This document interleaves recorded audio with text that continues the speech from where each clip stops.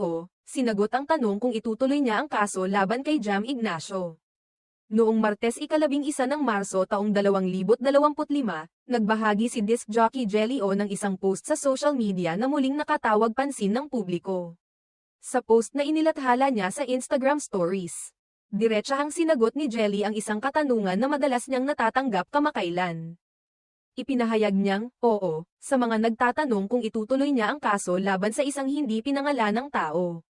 Sa mga nagtatanong, yes po, tuloy ang kaso, ang isinulat ni Jelly sa kanyang post. Isang buwan na ang nakalipas nang dalhin si DJ Jelly sa ospital matapos magtamo ng malubhang mga sugat sa katawan. Batay sa isang post na ibinahagi ni Jelly at ng kanyang kapatid na si Joe sa Facebook, iniulat na siya ay inatake at tinamakan ng mga pinsala mula kay Jam Ignacio. Ang insidenteng ito ay naging usap-usapan, at agad na nakakuha ng atensyon mula sa publiko.